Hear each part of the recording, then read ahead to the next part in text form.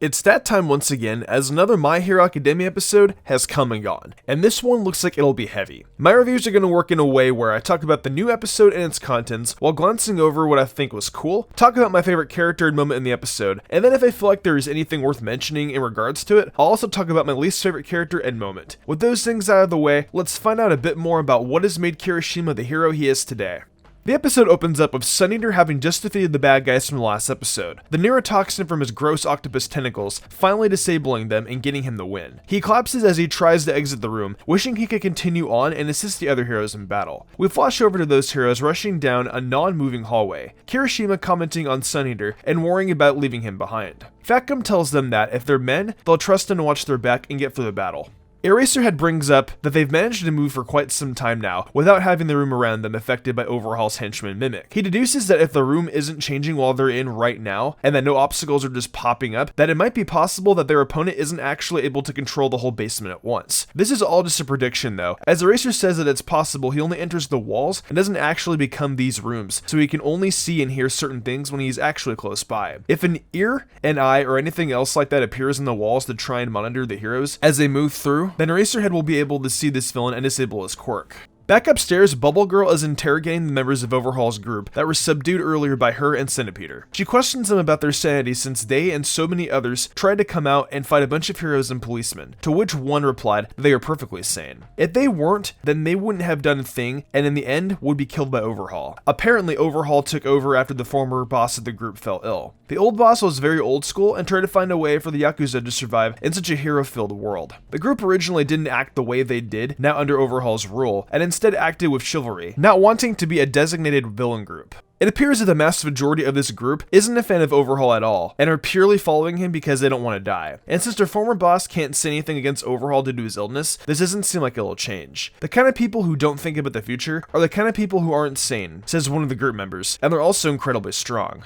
Back with our heroes, a giant hand comes out of the wall and attempts to grasp at Eraserhead, but Fatgum leaps in the way and is instead pushed into a giant hole in the other wall, rolling down into a room away from everyone else. As he stands up, Kirishima falls out of his stomach, and it appears as though he leaped at the same time to help Eraserhead. Fatgum and Kirishima immediately are met with a couple more members of the 8 Bullets, one throwing a punch so hard that it almost crushes Kirishima's arms and sending him flying across the room. He immediately pulled out his ultimate move and it was completely defeated with one punch, and that's pretty brutal, especially for a character like Kirishima. The villain that threw the first punch comments that using knives and guns in a fight makes it a fake fight, since anyone can win with a weapon. He says it's better to kill each other using only the power that lies within someone, and thus the fight between he and Fatgum quickly begins. Fatgum goes in for a punch in response, but a barrier forms around the villain and completely stops the punch from going anywhere. The other Bullet member appears from the shadows and comments on the quirks of the two heroes being best for defense. Presumably he is the one who made the barrier appear. The offensive villain named Rappa begins to drill Fatgum with several JoJo-like punches to the gut. The punches are like bullets, Fatgum comments, noticing that they're affecting him regardless of the amount of fat he has, protecting his body and absorbing the blows. The defensive villain refers to their duo as being a spear and shield, while they're going up against just a pair of shields. Kirishima stirs and starts to stand in obvious pain, upset with how he hasn't become more powerful even though he thought he had.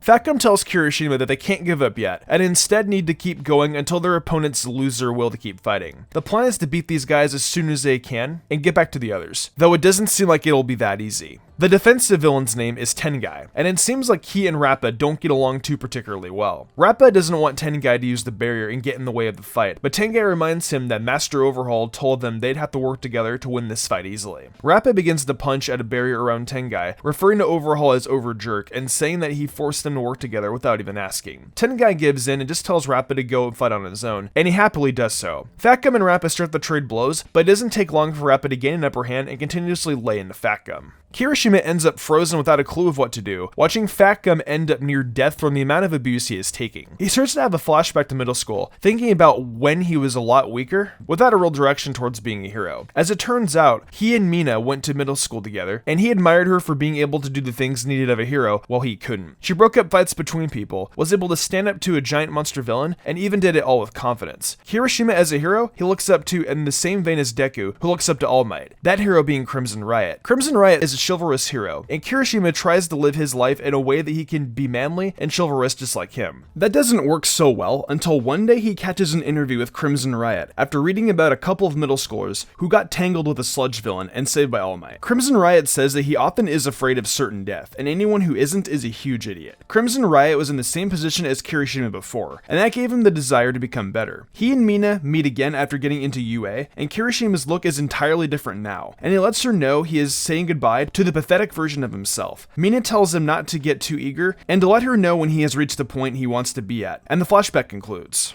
Back in the fight, Fatgum's status shield is starting to weaken, but not without reason. As it turns out, the blows he takes have been stored in his body akin to the way Black Panther's suit works in the MCU, and he's able to store the attacks within. This gives Fatgum an extremely powerful attack that he can pull out and deal massive damage with it, and he seems to rear back to try going for it. However, as he does, Kirishima slides in and begins to take punch after punch from Rappa, defending Fatgum for the moment. Rappa is shocked that he isn't blowing away Kirishima, who now has newfound resolve to become a hero who can protect others. Kirishima goes in for a punch, but the barrier comes up, and the shock of hitting it blows him back, seemingly stopping him permanently from continuing to fight in that moment. As Kirishima falls backwards, he is caught with one arm by Fatgum, who says that Kirishima's moment as a wall was not in vain. And as the camera pans to show him, we can see that Fatgum isn't exactly fat anymore. He is almost entirely without fat at this point, but is charged up to crack through the barrier and hit Rappa and Tengai with the punch that sends them flying across the room. The battle concludes and the episode wraps up from there. The best part of the episode is definitely that punch that Fatgum throws, because seriously, that was so out of nowhere and awesome. I had no idea that his quirk would work like that, and that the defensive quality of being fat could literally be burned away the more and more he takes hits. The fact that he absorbs hits and can turn them around as an attack of his is so creative, and I like that it reminds me a lot of Black Panther's suit in the Marvel Universe.